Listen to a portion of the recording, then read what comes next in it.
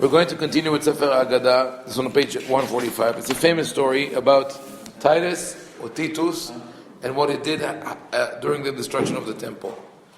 We already spoke about that the Romans did not want to destroy the temple. It was not in their interest because they were afraid of any local god. So they would not want to upset anyone, just in case that God has some powers. So they wouldn't destroy our temple either, except for if not for the resistance and stubbornness of the Jews. And they realized that at a certain point, the only way you could defeat them or break their spirit is by destroying the temple. And even that didn't help that much. But why did not help? It didn't help because the Jews, after 60 years later, came back with a vengeance and with the Bar Kokhba revolt, and then they tried to rebuild the temple. It took a long time for this to happen. You could say that in the long term it broke the spirit. How about after Bar Kokhba? It did. So you could right. You could say that in the long term it took 100 and 150 years after the destruction for the Jews to completely give up hope. But by the same token, 150 years later, the Roman Empire already became Christian. And meaning both of them, we both lost in a way. So the story is mentioned in the Talmud, in the Midrashim, and that is that when Titus came to destroy the temple, in that story, he's not the emperor, he's the general. Vespasian is the emperor, Vespasianus. Titus is the general, his son. So, Amad v'amar Elohem motzu hasayu bo. He quotes a pasuk from the Torah.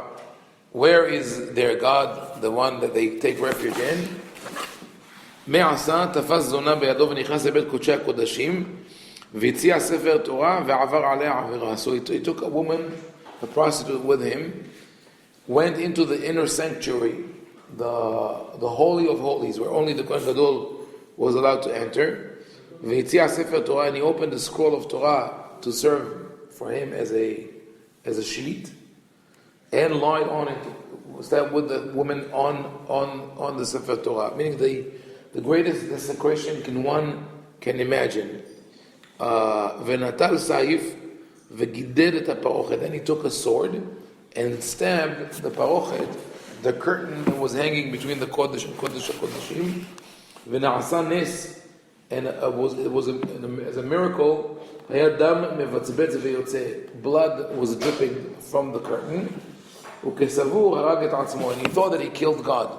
It's euphemism, atzmo means himself. So later on the Gemara explains that it was the blood that was soaked in the parochet from all the Yom Kippurim that they would sprinkle down, but it doesn't work. The blood is absorbed and then gets dried. It doesn't reemerge. But in any way, the Midrash says that this was a miracle in order to confuse Titus. התחיל מחרף ומגדף כלפי מעלה ואומר אינו דומה מי שעושה מלחמה עם המלך במדבר ונוצחו למי שעושה מלחמה עם המלך בפלטין שלו ונוצחו. He says, I am so great. It's one thing to defeat the king in the desert, in the open space. It's another thing to defeat him in his own palace. Meaning, look at me, he says, I was able to go into the Holy of Holies, to the inner chamber of the king, and kill him in his own palace. נטל טיטוס את הפרוכת ועשה כמין גרגותני והביא כל כלי שבמקדש והניחם בה ונתנם בספינה ללך ולהשתבח בעירו. So he took the curtain and he rolled it into some kind of a big bag. He put all the vessels in the curtain and he put it in a boat, in a ship, in order to take it to Rome. עמד עליו נחשור שבים לטבעו, and then the sea was stormy and great waves were threatening to drown the ship. אמר, כמדומני שאלוהים של אלו אין גבורתו אלא במים. Says it seems like this is a water god. Can only perform miracles at the sea. God defeated the Egyptians by water. Sisera, the king of Hatzor, the general of Hatzor, was defeated by water. Says, when I was in his palace and under his domain, he couldn't do anything to me. Only now that I'm on the water, he could defeat me. יצאה בת קול ואמרה, רשע בן רשע בן בנו של עשיו הרשע, בריה קלה יש לי בעולמי, ויתוש שמה. עלה ליבשה ועשה עמה מלחמה. So God says, you're a wicked man, the descendant of a wicked man of Esav. Let's see how you can fight the tiniest creature I have in the world, which is a mosquito. Go to land. You think I cannot fight you on land? Go back to land, and then we'll see. כשהגיע לרומי, יצאו כל בני רומי וקילסו כובש הברברים. When he came to Rome, all the Roman citizens came, and which was true. This is how they used to do. They used to do parades. Bringing the victor, the king, adorning him with crowns. What's called laurels. When we say today to rest on the laurels, because they used to do laurel leaves, make a crown and put a wreath and put it on a person's head. And they do all these celebrations which are depicted on the arch of Titus, on the victory arch. And they call him conqueror of the barbarians. The Jews are the barbarians. מיד הסיקו לו את המרחץ ונכנס ורחץ. כשיצא מזגו לו כוס יין, בא יתוש ונכנס בחותמו וניקר במוחו 7 שנים. So when he came out, when he came to Rome, he bathed in the sauna, a good long bath, and then he was served a cup of wine. And as he was drinking, and this is something that the Gemara says one should not drink wine after going to the bathhouse, to the sauna, to the hammam, because the body is weak, it's not healthy. So he put himself sort of in a precarious situation, and a mosquito came through his nose all the way up to his brain and started pecking on his brain. Which we'll have to ask, how is it possible from a... crawling up your ears, crawling up your... it's not like... But not to the brain. Yeah. Yeah. I mean, it can. Okay. A worm, yeah, but not... Yeah. But look what the end of the story... Through the nose? Absolutely. The nose goes... There are canals that connect... Olfactory senses. Yeah, right. But lives for 7 years. Right, but for 7 years alive and pecking in his brain, he feels this hammering in his hair. It says yatush. כן, mosquito. פעם אחת עבר על פתחו של נפח, שמע קול קורנוס במשתתק היתוש. So he passed by the workshop of a blacksmith, and when he heard the hammer going on the anvil, the mosquito quieted. It was some kind of therapy. So he said, wow, I have a remedy. So they would bring a blacksmith to work every day, with the hitting, which is not in itself a good thing. So it would go crazy from that, but at least the inner sound in his voice was gone, in his brain was gone. So if it was a non-Jewish blacksmith, he would pay him 4 coins a day. If it was a Jewish one, which is in itself a question, when do you find a Jewish blacksmith in Rome? He said, "Dayicha shata roeh besonecha." Say thank you that you see me suffering. As a Jew, you were enjoying my suffering. I don't have to pay you extra for that. But that only worked for 30 days. After 30 days, the mosquito got used to the noise and went back to its old habit. Shaninu amar Rabbi ben Hazm ben Arova, ani haiti ben gedolei Romi.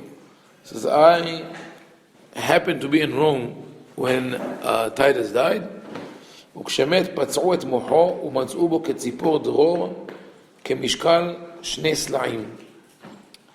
So they found this mosquito grew to the size of a little bird, a starling, the small birds, but it weighed about a pound, 2 סלעים. And אמר רבי מקובלים אנו פיו של נחושת וציפורניו של ברזל. So also we know that by tradition that the beak was made of copper and the talons made of iron. So this is the story in the Talmud. Now, obviously, this story should not be taken literally, and it has to be explained. So in In the 16th century, a Rabbi, di-rossi, from Italy, was a very learned man, decided to analyze this midrash and other midrashim. He wrote a book called Me'or Einayim, lighting the eyes, which later on the Orthodox, it wasn't Orthodox at the time, but the Torah world wanted to abolish. They said that it's heresy, it goes against the Torah, mainly the Maharal of Prague. Then he explained why he wrote what he wrote, and in the Sephardic world it was accepted, there was not a problem. So he wrote in length about Ma'aseh Yatush Shenichnas B'Chotmo Shel Titus, this whole story, and he says, it is possible, they already knew back then, הנה יונח שבהיכנסו דרך החוטם עלה וישב לו מעל הקרום כי זו באמת אורח סלולה כמו שכתבו בעלי הניתוח. Says the people who studied surgery at the time, which was a developing science, knew that there is a connection between, like you said, the olfactory channels and the brain. He quotes Fernelius, a French doctor from the 16th century, who writes that. He says but the problem is, how can you have such space between the brain and the skull to contain a 2-pound bird, and how can that bird or mosquito live for so long? How could it? It says, where did the copper and the iron come from? And it says, how was it possible that the brain of Titus did not disintegrate, or that he maintained his sanity, that he could still talk and say, do this, do that, the God of the Jews is against me. But more than that, it says it doesn't work from a historical point of view, because it says, חורבן הבית היה בשנה השנית לאספסיאנוס, והוא מלך כ10 שנים, וטיטוס בנו אחריו פחות מ3 שנים. So the destruction of the temple was in the 2nd year of Vespasian, who ruled for 10 years, and Titus was appointed after Vespasian and ruled for 3 years. באופן כי לסוף 7 השנים אשר הם ז"ל אמרו שעלה ביתו וימות, עלה לגדולה. According to the rabbinical story, 7 years after the destruction, Titus died. According to Roman chronology, corroborated historical accounts, that was exactly the time when he became emperor. 7 years after the destruction, Vespasian died, and then Titus became emperor. He also adds, he says, he quotes different historian, Cassiodorus, Hermanus Contactus, Vetonius, Eutropius, Platina, Mexia, Petrarca, all these Italian, Roman historians say that Titus died because of fever, and that the only thing that he regretted, and he said clearly when he died, not killing his brother Domitianus. That's the only thing that he never didn't mention anything of the temple. Also, others bring the story about someone else. Some say it happened to Antiochus, and most interestingly, there is an original story in Roman history that speaks about a story like that. An emperor was punished by the gods for being arrogant, but that emperor is not Titus; it's his father, Vespasian. And in Latin, it works perfectly, because Vespasian means wasp. Like, remember the Italian Vespa? You know what Vespa means? Wasp. So, in the original story, in Italian, Vespasian is called Vespasianus in Latin. So Vespasianus is punished by a Vespa, a wasp, that goes through his nose and kills him. So it was a nice word, but in Hebrew, they couldn't work it with Vespasianus and the tzira in Hebrew. So in there you have Titus and Yatush, which sound more or less the same. So they wanted to make the story about Vespasianus, but so there is a grain of legend here. So from a from a scholarly point of view, definitely the story did not happen. He didn't die that manner. But there is a certain message in the way the rabbis describe the story. So what happens here?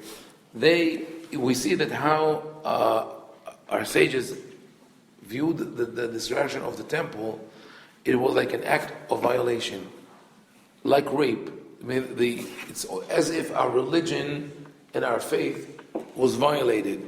So all the actions of Titus are in the destruction of the temple are described here in terms of rape or violation. He enters, it's penetration, he enters the Bet Kodesh HaKodashim. He takes a Sefer Torah, a scroll, which is the holiest object, not only in terms of physicality, but in the context, the spiritual context of the Sefer Torah is the holiest thing that we have. And he commits the most carnal act of sleeping with the woman on the Sefer Torah. So this is the desecration is what he wants to show is that he is completely antithetical to the Torah. He's the exact opposite of Torah. Where Torah says to sanctify life and bring even the sexual act to give it spiritual value and make it based on love and harmony and respect, etc. He is now engaged in an act of desecration that is just to satisfy his lust and desire. Then he takes a sword and stabs the parochet. It's another act of penetration, of violation. And that is how the rabbis describe the feeling of the Jewish people is like someone who was used and thrown away and humiliated in the most terrible way. Then, after that, he loots the temple and he takes it to the ocean. He takes it in a ship, and God says, "Okay, I will punish you. I mean, you will be punished for your arrogance." Meaning that there are reasons for the destruction of the temple. It was the spiritual deterioration of the Jews. It was the inner fights. Their decision to keep on fighting against the Romans, even though it was obvious that it's not going to succeed. But God says that for that act, the way he acted, is going to be punished. So how is he punished? By the same way of being violated by something that penetrates his brain, going through this channel to get into his brain, inhabit his body, and take control over it. So this whole thing is symbolic. Titus tried to take control over the Jewish faith, to violate and humiliate it, and instead God takes control over his body and humiliates him to the point of that he's with all of his might, that he controls the whole world. He cannot fight. There's no way for him to defeat this mosquito. So on one hand we have, like I said, from a scholarly, logical point of view, the story has no basis. But from a symbolical point approach, it comes to show how the acts of Titus did not go unpunished. We could look back, with a historical perspective, and see that it really did work. That even though we went through difficult times with the Romans, we were able to maintain our tradition, and eventually 2,000 years later, when you think about where is the Jewish legacy and where is the Roman legacy, we know which one of them survived. Rabbi, how Yes. the other side looks at as the Romans historically? Oh, the Romans had a very, very strong anti-Semitic descriptions of the Jews for the 200 to 300 years following not just the destruction. From the moment they got to know the Jews in about 30 before the Common Era, they were very vituperative, very negative in their description of the Jews. The Greeks never bothered to learn the Jews. That's an interesting thing. The Greeks were so arrogant in their culture that they never bothered even to understand who the Jews are. This is Paul Johnson, who's a historian of all sort of He's a non-Jewish historian who wrote a book called A History of the Jewish People. Brilliant book. Writes about that. He says that the failure of the Greeks to see the greatness of Jewish knowledge and history. So they didn't even bother with us. Meanwhile, the Jews studied Greek, went and argued with philosophers and appropriated whatever they could from Greek philosophy and eventually sort of mastered what they had to offer. The Romans had more knowledge of the Jews because they spent so much time in Israel during the wars, and also they had the official historians of the Roman emperors. I don't think that the Greeks had that, but the Romans had an official historian that would go with them, and one of them was Josephus Flavius, who was a trader, a Jew who defected from. It was a trader. Okay, yeah, questionable. He decided not to continue fighting. Some say, okay, some see him in a more positive light. I'm not going to pass judgment on him. Some say that he wanted to preserve the history of the Jews. But then, the 16th century, Jews, after the Inquisition, went to... Oh yeah, no. So if you now talk about Italy in later generations, so Jews went to Rome, moved to Rome with already in the first century. There was a community in Rome. There's a famous Mishnah in Masechet Pesachim where the Mishnah says Rabbi Gamliel made the kana that you're not allowed to eat roast gedi, a goat, a kid. You can't eat it whole roast on Erev Pesach because it looks as if you're bringing a sacrifice. There was Rabbi Gamliel in the second century after the destruction. During temple time, and then the Mishnah says that Todos ish Romi inhig et anshe Romi lechol gedaim mekulasim ba'arei pesachim. There was the leader of the community in Rome in the first century made this practice of eating a whole roast kid goat on Erev Pesach, and Rabban Gamliel sent him a letter. He says, "Ilmale todos eta guzrani alecha nidui." If not for your status, I would have put you in herem, excommunication, for doing that. Meaning that they already have an established, important community. We know that Rabbi Akiva went to Rome in the second century, and he also converted a lot of Roman noblemen to Judaism, and that grain remained. So you could say that relatively Italy was between Catholic Germany, Western Europe, and Sepharad. It was sort of a buffer. It was neither here nor there. There were less persecutions in Italy in general, but depends on the approach of the Pope at the time. There were many papal documents, what they called bulla, the official declaration of the popes, which limited the Jews and controlled their life. But the influence of the Pope wasn't always the same in each period.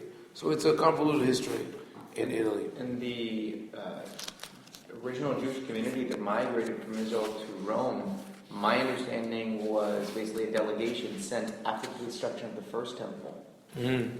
I don't know if you're aware of this. No, because if you go to the Jewish ghetto there in Rome, I don't know if anyone has been there, they trace it back. It could be. And the irony is to build political relations with the Romans after the Syrian Greeks, because they were the next up-and-coming empire. Right, they brought them to help, but they took over. So what we know is, the Jews lived in North Africa for at least 2,800 years. I mean, this is really, you could say, the most ancient Jewish community. Already at the time of the first temple, Jews went to North Africa, first to Libya, because the closest Libya, Mauritania, then Morocco and Algeria and Tunisia, all these countries, and definitely had connections, overseas with Rome. They went with the Phoenicians. So at the time of Rabbi Yehuda Nasi in the 3rd century, the famous Anthony, the emperor, was very friendly to the Jews because he grew up in Libya with the Jewish, very close to the Jewish community, so he appreciated them. So it's not inevitable that when you go back to the 500, 600 years before the Common Era, that there were Jews who lived in Italy as part of that whole trade route, the Middle East, Italy, North Africa. Okay, we'll stop here.